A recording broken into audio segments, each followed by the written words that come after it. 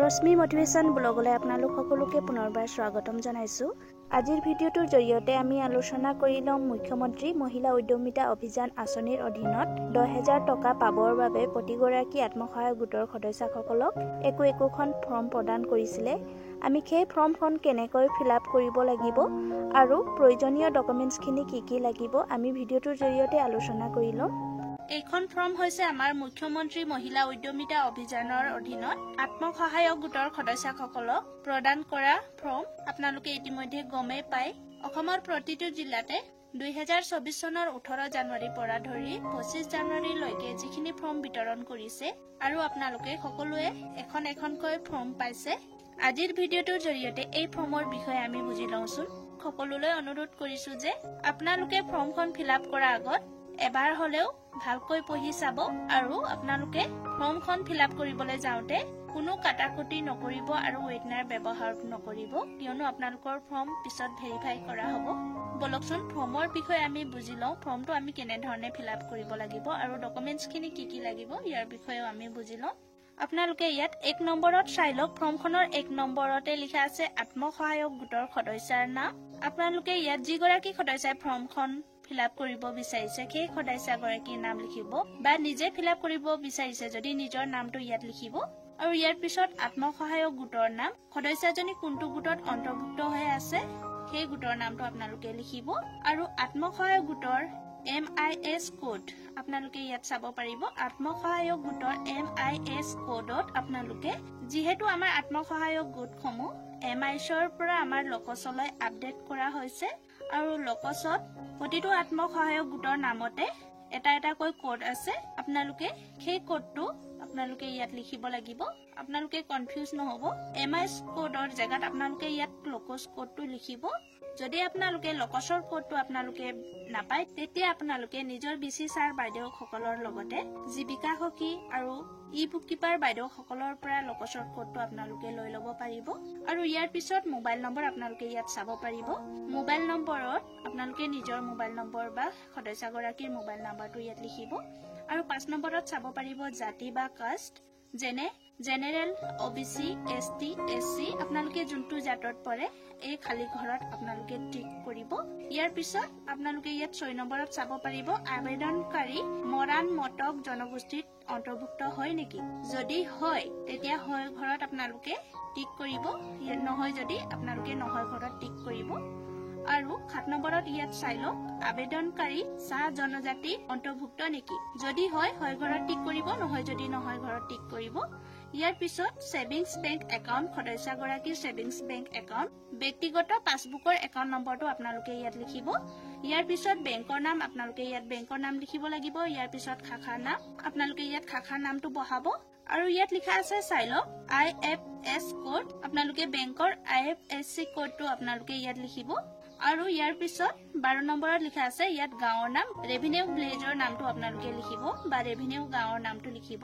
আৰু ইয়াত 13 নম্বৰত চাই লওক গাঁও পঞ্চায়ত বা গাঁও পৰিষদ উন্নয়ন সমিতি, গাঁও উন্নয়ন সমিতি বা MSC সমষ্টিৰ নাম আপোনালোকে ইয়াত সহজতে বুজিব পৰাকৈ নিজৰ গাঁও পঞ্চায়তৰ নামটো লিখিব।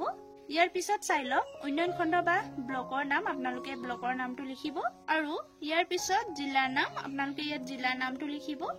আৰু ইয়াত 16 নম্বৰত লিখা আছে বিধানসভা সমষ্টিৰ নাম, শেহতীয়া সমষ্টি পুনৰ্নিৰ্ধাৰণ আয়োগৰ প্ৰতিবেদন অনুসৰি আপোনালোকৰ সমষ্টিৰ নামটো কি হয় আপোনালোকে সমষ্টিৰ নামটো লিখি ল'ব। আৰু ইয়াত লিখিছে ফটোযুক্ত ভোটাৰ পৰিচয় নং বা ইপিক ID নং, আপোনালোকে ইয়াত ভোটাৰ ID নাম্বাৰটো আপোনালোকে ইয়াত লিখিব লাগিব। ইয়াৰ পিছত ভোট গ্ৰহণ কেন্দ্ৰৰ নাম আৰু ভোট গ্ৰহণ কেন্দ্ৰৰ নং আপোনালোকে ইয়াত ভোট গ্ৰহণ কেন্দ্ৰৰ নাম লিখিব আৰু ইয়াত আপোনালোকে ভোট গ্ৰহণ কেন্দ্ৰৰ নং লিখিব।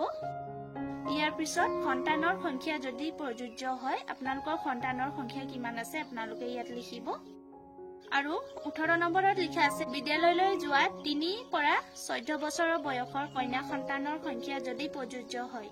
যিগৰাকী সদস্যই এই ফৰ্মখন ফিলআপ কৰি আছে সেই সদস্যগৰাকীৰ যদি কন্যা সন্তান 3 পৰা 14 বছৰৰ বয়সৰ ভিতৰত কেইগৰাকী আছে ইয়াত আপোনালোকে সংখ্যা বহাব লাগিব। ইয়াৰ পিছত 19 নম্বৰত লিখা আছে বিদ্যালয়ত কন্যা সন্তান নামভৰ্তি কৰোৱা হৈছে নে নাই যদি প্ৰযোজ্য হয়। যদি আপোনালোকৰ কন্যা সন্তান বা ছোৱালীজনী বিদ্যালয়ত নামভৰ্তি কৰিছে যদি আপোনালোকে ইয়াত হয় ঘৰত টিক কৰিব। যদি আপোনালোকৰ নাই তেতিয়াহলে নহয় ঘৰত টিক কৰিব। ইয়াৰ পিছত 20 নম্বৰত আপোনালোকে ইয়াত চাব পাৰিব অমৃত বৃক্ষ আন্দোলনত ৰোপণ কৰা গছপুলি কেইটা জীয়াই আছে আৰু ডাঙৰ হৈছে নে ইয়াত খুদিছে। আপোনালোকৰ গছপুলি যদি ডাঙৰ হৈছে বা জীয়াই আছে তেতিয়া হয় ঘৰত টিক কৰিব, নহলে জীয়াই থকা নাই যদি আপোনালোকে নহয় ঘৰত টিক কৰিব। ইয়াৰ পিছত আপোনালোকে ইয়াতো চাব পাৰিব যদি নহয় সেই ঠাইত নতুন পুলি তেতিয়া আপোনালোকে ইয়াত পঢ়ি চাব। যদি নহয় সেই ঠাইত নতুন গছ পুলি ৰোপণ কৰা হৈছে নে ইয়াত খুদিছে। যদি গছ পুলি আপোনালোকে নতুনকৈ ৰুইছে তেতিয়াহলে আপোনালোকে হয় ঘৰত টিক কৰিব। আপোনালোকে ইয়াত চাব পাৰিব 2021 চনৰ আগতে লোৱা মাইক্ৰ ফাইনেন্স ঋণৰ বাহিৰে আত্মসহায়ক গোটৰ বা গ্ৰাম্য সংগঠন মণ্ডল পৰ্যায় সংগঠন বেংক বা আন কোনো বিত্তীয় প্ৰতিষ্ঠানৰ পৰা লোৱা যিকোনো ঋণ পৰিশোধ কৰা হোৱা নাই নেকি ইয়াত খুদিছে। যদি আপোনালোকৰ 2021 চনৰ পূৰ্বৰ যিখিনি আপোনালোকে ঋণ লৈছিলে এইখিনিৰ ভিতৰত যেনেকৈ আত্মসহায়ক গোটৰ পৰা লৈছিলে, গ্ৰাম্য সংগঠন মণ্ডল পৰ্যায় সংগঠন বা বেংকৰ পৰাই লৈছিলে তেতিয়া আপোনালোকে পৰিশোধ কৰিছে নে নাই। যদি পৰিশোধ কৰি শেষ হোৱা নাই যদি আপোনালোকে নহয় ঘৰত টিক দিব লাগিব। যদি আপোনালোকে 2021 চনৰ পূৰ্বৰ যিখিনি ঋণ দি আজৰি হৈছে তেতিয়া আপোনালোকে হয় ঘৰত টিক দিব। আপোনালোকে ইয়াত চাব পাৰিব ইয়াত ঘোষণা মই শ্ৰীমতী সদস্যগৰাকীৰ নাম লিখিব যিগৰাকী সদস্যাই ফৰ্ম ফিলআপ কৰিব বিচাৰিছে। ইয়াৰ পিছত স্বামী বা পিতৃৰ নাম আপোনালোকে ইয়াত খালী ঘৰত লিখিব। আৰু ইয়াৰ পিছত ইয়াৰ দ্বাৰা ঘোষণা কৰিছো যে ওপৰত প্ৰদান কৰা তথ্যসমূহ মোৰ জ্ঞান আৰু বিশ্বাস অনুসৰি সত্য। আৰু ইয়াত তাৰিখ লিখিব লাগিব আৰু ইয়াত স্থান লিখিব লাগিব। আৰু আপোনালোকে ইয়াত আবেদনকাৰী সহি কৰাব লাগিব বা যদি নিজে কৰিছে নিজৰ সহিটো আপোনালোকে ইয়াত কৰিব। সংকল্প পত্ৰ 1ত আপোনালোকে ইয়াত ফিলআপ কৰিব লগাখিনি আছে লিখিব লাগিব ইয়াৰ দ্বাৰা শ্ৰীমতী আপোনালোকে ইয়াত সদস্যজনীৰ নাম লিখিব আৰু পিতা স্বামীৰ নাম লিখিব সদস্যগৰাকীৰ। ইয়াৰ পিছত বয়স লিখিব, বয়স খালী জেগাত আপোনালোকে এনেকৈ ভৰাই যাব আৰু বছৰ কিমান চনত জন্ম হৈছে সদস্যগৰাকী ইয়াত জন্ম চনটো বহাব। আৰু আত্মসহায়ক গোটৰ এগৰাকী সদস্য আৰু মোৰ MIS কোড ইমান আপোনালোকে ইয়াত সদস্যগৰাকীৰ লোকচৰ যেনেকৈ আমাৰ আত্মসহায়ক গোটৰ সদস্যসকলৰ MISতো ব্যক্তিগত কোড থাকে তেনেকৈ লোকচতো ব্যক্তিগত কোড থাকে। আপোনালোকে ইয়াত লোকচত যিটো ব্যক্তিগত কোড সদস্যগৰাকীৰ নামত থাকে সেইটো কোড আপোনালোকে ইয়াত লিখিব লাগিব। ইয়াৰ পিছত এইখিনি ফিলআপ কৰাৰ পাছত আপোনালোকে সংকল্প নম্বৰ 1ত চাব পাৰিব সংকল্প পত্ৰ 1ৰ সংকল্প নম্বৰ 1 ইয়াত লিখা আছে মই এগৰাকী কন্যা সন্তানৰ মাতৃ সেয়ে মই কন্যা সন্তানৰ শিক্ষাৰ প্ৰয়োজনীয়তা সম্পৰ্কে অৱগত। মোৰ কন্যাৰ ইতিমধ্যে অংগনবাড়ী কেন্দ্ৰ বা বিদ্যালয়ত নামভৰ্তি হৈছে আৰু তাইৰ শিক্ষাৰ প্ৰতি মই যত্ন ল'ম। অথবা মোৰ কন্যা সন্তানৰ বৰ্তমান বিদ্যালয়ত নামভৰ্তিৰ বয়স হোৱা নাই। মোৰ কন্যা সন্তানৰ 3 বছৰ বয়স হলে তাইক মই অংগনবাড়ী কেন্দ্ৰ বিদ্যালয়ত নামভৰ্তি কৰি শিক্ষাৰ বাবে প্ৰচেষ্টা চলাম। ভৱিষ্যতে মোৰ কন্যা সন্তান জন্ম হলেও 3 বছৰ বয়সত তাইক মই অংগনবাড়ী কেন্দ্ৰ বিদ্যালয়ত নামভৰ্তি কৰি তাইৰ শিক্ষাৰ বাবে প্ৰচেষ্টা চলাম। ইয়াত আপোনালোকে চাব পাৰিব মই ঘোষণা কৰো যে ওপৰত উল্লেখিত যিকোনো তথ্য ভুল বুলি প্ৰমাণিত হলে চৰকাৰৰ পৰা লাভ কৰা ধন উভতাই দিয়াৰ বাবে মই দায়বদ্ধ হ'ম। সংকল্প পত্ৰ 2তো আপোনালোকে চাব পাৰিব ইয়াৰ দ্বাৰা মই শ্ৰীমতী খালী ঠাইত আপোনালোকে সদস্যাৰ নাম লিখিব আৰু পিতা স্বামীৰ নাম লিখিব আপোনালোকে ইয়াত খালী ঠাইত আৰু বয়স আপোনালোকে ইয়াত বয়স লিখিব খালী ঠাইত আৰু বছৰ সদস্যগৰাকী কিমান চনত জন্ম হৈছে ইয়াত বছৰটো লিখিব। আত্মসহায়ক গোটৰ এগৰাকী সদস্য আৰু মোৰ MIS কোড ইয়াতো আপোনালোকে MIS কোডটো লিখিব লাগিব। লোকচৰ MIS কোডটো সদস্যগৰাকীৰ ইণ্ডিভিজুৱেল MIS কোডটো থাকে সেইটো কোডটো আপোনালোকে লিখিব লাগিব। সংকল্প আপোনালোকে ইয়াতো ভালদৰে পঢ়ি চাব। সংকল্প পত্ৰ 2ত ইয়াত 1 নম্বৰত লিখা আছে মই এগৰাকী সাধাৰণ শ্ৰেণী বা অন্যান্য পিছপৰা শ্ৰেণীৰ অন্তৰ্গত মহিলা মই মোৰ সন্তানৰ সংখ্যা 3টাকৈ বৃদ্ধি হবলৈ নিদিয়াৰ সংকল্প গ্ৰহণ কৰিছো। এই দুটা সংকল্পৰ ভিতৰত আপোনালোকে দুইটা সংকল্পই আপোনালোকে ভালদৰে পঢ়ি চাব। সংকল্প পঢ়ি চোৱাৰ পাছত আপোনালোকে সদস্যগৰাকীয়ে ইয়াত সহি কৰিব লাগিব।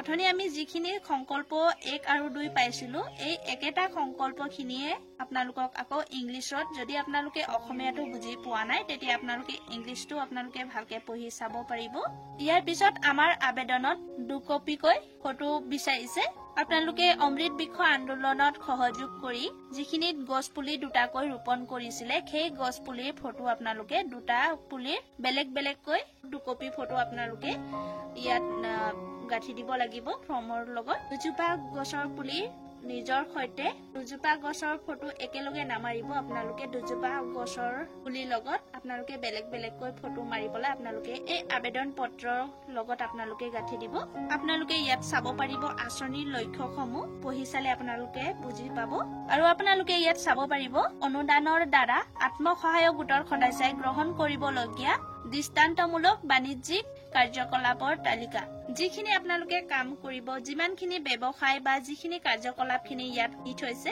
ইয়াৰ ভিতৰত আপোনালোকে এটা কাৰ্যকলাপটো সিলেকশন কৰি ল'ব লাগিব ইয়াত লিখা আছে যেনে দুগ্ধজাত সামগ্ৰীৰ ব্যৱসায় ছাগলী পালন গাহৰি পালন ঘৰুৱাভাৱে পশু পালন ব্ৰইলাৰ পালন হাঁহ পালন মীন পালন মৌ পালন আপোনালোকে এই ফৰ্মত ভালদৰে পঢ়ি চাব এইখিনি ভিতৰত আপোনালোকে এই 10000 টকাটো কোনটো কামত খটুৱাব ইয়াত এটা কাৰ্যকলাপটো আপোনালোকে সিলেকশন কৰিব লাগিব আৰু আপোনালোকে ফৰ্মখনৰ সবতকৈ লাষ্টৰ পেজত ইয়াত দিয়া আছে যোগ্যতা আপোনালোকে ফৰ্মখন ফিলআপ কৰাৰ আগতো আপোনালোকে এই যোগ্যতাসমূহ ভালদৰে পঢ়ি চাব আৰু আপোনালোকে ফৰ্মখন জমা দিয়াৰ আগতো আপোনালোকে এই যোগ্যতাসমূহ ভালদৰে পঢ়ি চাব পাছনি সমিতিও আপোনালোকক ইয়াত দিয়া আছে আপোনালোকে এইখিনিও ভালদৰে পঢ়ি চাব পাৰিব গোটেইখিনি ফৰ্ম আপোনালোকে এবাৰ হলেও ভালদৰে পঢ়ি চাব আপোনালোকক ফৰ্মখনৰ বিষয়ে বুজাওতে আপোনালোকে হয়তো কি ডকুমেন্টস লাগিব আপোনালোকে ইতিমধ্যে গমে পাইছে যদি এই ফৰ্মৰ বিষয়ে আপোনালোকে অধিক জানিবলৈ বিচাৰিছে তেতিয়া হলে আপোনালোকে কমেন্টত জনাব পাৰিব আজিৰ দিনটোৰ বাবে ভিডিওটো আপোনালোকলৈ ইমানে লৈ আহিলো যদি ভিডিওটো ভাল লাগিছে লাইক কৰিব আৰু মোৰ চেনেলত নতুনকৈ আহিছে যদি মোৰ চেনেলটো সাবস্ক্ৰাইব কৰি থব যদি ভিডিওটো ভাল লাগে আনলৈ শেয়াৰ কৰিবলৈ নাপাহৰিব পুনৰ নতুন এটা ভিডিওত লগ পাম আজিৰ ভিডিওটো মই ইমানতে সামৰণি মাৰিছো